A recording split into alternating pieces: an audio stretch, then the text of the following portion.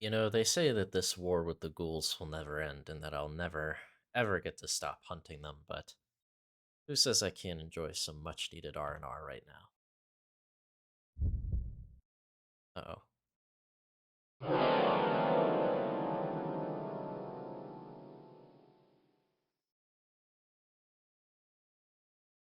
Hello everyone, and welcome to the next developer update video thingy that I did last time we covered the choke rework slash buffs that I gave him. We are going to be going into the changes to Yurei. Uh, Poor Hunter from the intro didn't make it. Dude just wanted to come here and relax a little bit, but he got spooked and killed because you are never safe in this mod ever. Even when you think you're alone, you're not. Haha. Anyway, I heard your feedback. Pretty much a lot of the Discord community, well, not really Discord, but a lot of the community for this game. I know people have had issues with Yurei's design, just that she's been super slow. Games drag on and on and on. So I'm hoping these changes will uh, surprise you, but also in a way uh, make it much more fast paced than what it is currently. And there are some nice stuff for her to use that hopefully will be less annoying than the current version we have. But without further ado, let's jump right into it. All right, so the first change that we're going to cover is that she is much faster, but also has a much shorter heartbeat duration. So you cover about the same distance that you used to be able to with her current live version, but now the heartbeat's only 2 seconds. So instead of like 3.5 or 3.7, I think it was, or whatever it was, it's 2 seconds flat, and you move a lot faster to compensate for it. So you're still covering about the same distance. It's just you now have to act faster. Like you won't have as much time to think on your feet about where you want to be, but it also helps to catch up the humans who are obviously a lot faster than you are. So it's got its ups and downs, but I think this change alone will already make her feel a lot better to play as and against, because you're not as slow, so you're not just like slowly chasing after humans, but you also have the ability to you could still cancel out the heartbeat and make it longer by like mouse oneing, or you can mouse two. So you can still make the heartbeat come out later than you want it to. So let's say like it's like been a second here. I could just mouse one. You can still keep the heartbeat delayed as long as you want. But now the fact that you cover so much, you cover the same distance but a lot faster means that humans will have more interaction with you, but you'll also have more interaction with them. So I think this change alone should hopefully make her feel not as boring to play as an against. I do think this will help a lot, but let me know what you think, of course, in the comments. Another change you might have noticed is that, hey, look, I don't have another weapon. What's the deal with that? So the premonitions weapon has been moved entirely. That was the weapon that allowed you to heal, but now look, if I press activate item, there's my heal. So let's see it again. I'm pressing my item key, I'm throwing out a heal. You don't have to switch weapons anymore to get your heal. So now, anytime that you just want the heal, you don't have to switch to premonitions and then do your mouse 2, you just press activate item. So if you want to get the ability to heal your teammates quickly, you can just press the item key, throw it out. Your curse balls still work the same, your mouse one still works the same. It's just now it's tied to item instead. So boom, I can heal my team right there if they want. And to tie into this change, it also costs 4 instead of 3, because you might have noticed you have 15 ammo now for the ethereal. I'm calling it ethereal ammo in the code, but you have a max of 15 now because it used to be 10 because you gain ammo so much faster with the shorter duration of the heartbeat. So I raised the cost of the heal from 3 to 4 and also raised the max limit of the heartbeat ammo from 10 to 15. All right, and for the last change, I think if you watched the intro, you would have already got the idea of what it was going to do, but We no longer have Vortex, so the spin ball Vortex bullshit that people used to just spam every second they got, they would just run away and hide and get their Vortex back and spam it, is no longer in the game. However, we now instead have this ability.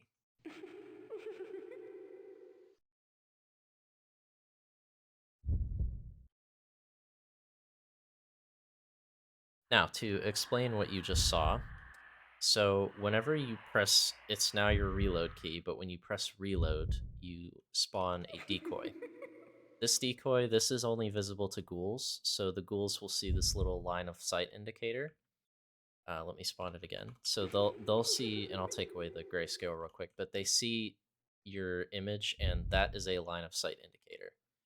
So it's telling you, like if I were to face towards the door, for example, when I spawn it, that is the direction the decoy is looking in. So if it does a melee, it's going to melee in that direction.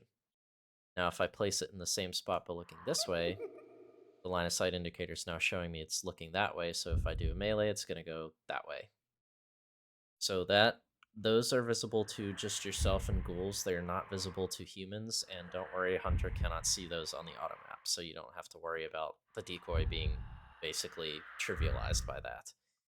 So another aspect of this is that you have a timer in the top left that shows you how long it is. It's 5 seconds. So you have a 5-second timer.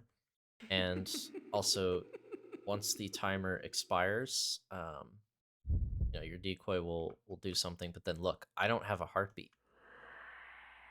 Probably noticed that already, but so let me just activate this decoy. So it plays a heartbeat. I don't. So your next heartbeat is completely silent, and you don't make any noise whatsoever. You don't make that like that you don't make the like that you're hearing right now. So let's demonstrate again. So yeah, it'll make a heartbeat. I don't. I'm completely silent in this, so I can sneak up on somebody. Another thing to note is that with this, you also move even faster than you did before, while your screen is grayscale. So I'm already moving really fast right now. If I spawn it, I can zoom around the map, go super fast. I can actually catch up to my decoy. And other things to note, this costs the full ammo, so you do have to charge it up to be able to use that ability. I might lower the cost to like 10 instead of 15 because it's not really an offensive ability. It's more of a mind gamey ability, but we'll see. So another thing to note too, that you saw the text on screen. So it has a 5-second timer, right? When that timer expires, it's going to do something at random. So in that case, she meleeed. The decoy meleeed. Other cases, it might do a projectile or it might do nothing. So let's see. I just instantly meleeed that time. Let's try it one more time. So it can either do a projectile instead, or it can just be idle.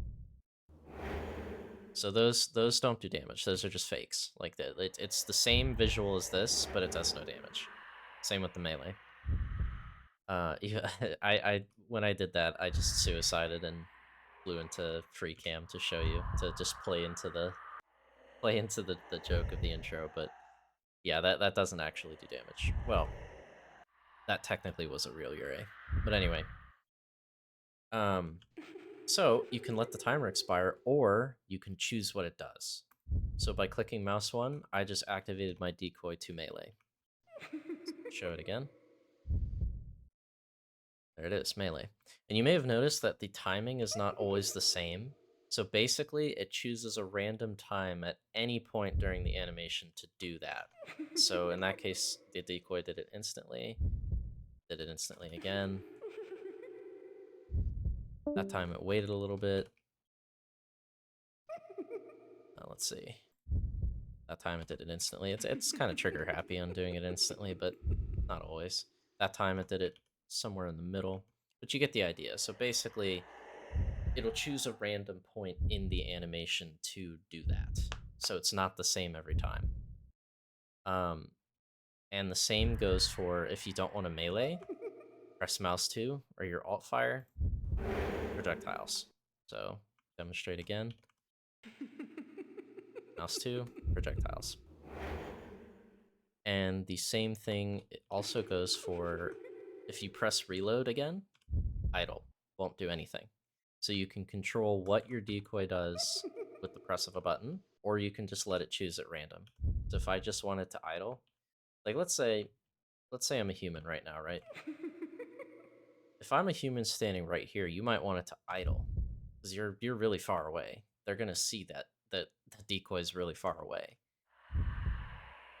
Oh, accidentally froze. They're gonna see it's really far away, so there's no point to do melee or projectile. But then you could be right here and scare the shit out of the human that's right in front of your face. Alternatively, if there's a human right here, for example, if I'm a human right here, you might want to do like if I'm somewhat close, you might want to do a melee. Oh, oops, I did it too late. Or you could throw out some projectiles, and they'll know it was a fake because it's not going to do any damage. I might even make just the projectiles do damage and not the melee, but we'll see. Just to give it the idea that it could be a real Yurei, but um yeah. So that's essentially all it is. It's a very mind game heavy tool, so if that's not your thing, that's fine.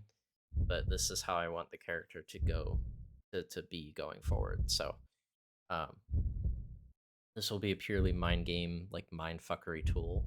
And so you get the option to choose what you want to do with it. Just remember key details being that it makes you much faster. The decoy has its heartbeat, you do not. Your next heartbeat is silenced, so after you'll make your noises again. So as demonstrating. So there I am making noise again. Oh, and also one last thing to note is that when you're doing your and you activate the decoy, it silences it completely. So you notice how it didn't finish the noise? That silenced it. The Yurei laugh can only be heard by you and other ghouls as well. So no matter where ghouls are, they will hear your laugh, and you'll hear the laugh too. So humans don't hear that. So don't fret about that. Humans are not going to hear it. And then let's see. Also, you might have noticed that you know how like I know for all the Yuri players out there, you know that if you're under attack from like rapid fire stuff, you can't go invulnerable again until you appear again. So, is it chain gun guy? Yeah. So let me demonstrate. So let's say, all right, I'm visible. I'm gonna get hit, and I'm gonna back. Yeah. Yeah. You see how I kept getting attacked there? Yeah. So when you decoy, let me show you. It stops you from getting rapid fire spammed. And there's your demonstration that does damage. But yeah, so that's basically the thing. It's like you can't take damage when you activate your decoy. So if you're being spammed by rapid fire, you can just use your reload key and get out of there. It will reveal that you have a decoy. The humans will know, but it'll get you out of a sticky situation. It'll reset your invulnerability. That's about it. I hope you enjoyed this dev update for Yurei. I hope it suits more players for playing as and against. I really hope it makes the character not as annoying. But yeah, that's all I got. As far as next update goes, I will plan to have this released to you guys sometime soonish, like within the next couple weeks, maybe a month. I'm not going to be doing ACS scripting anymore for the time being until this update's out. So I'm still working through ACS. I'm still learning as much as I can.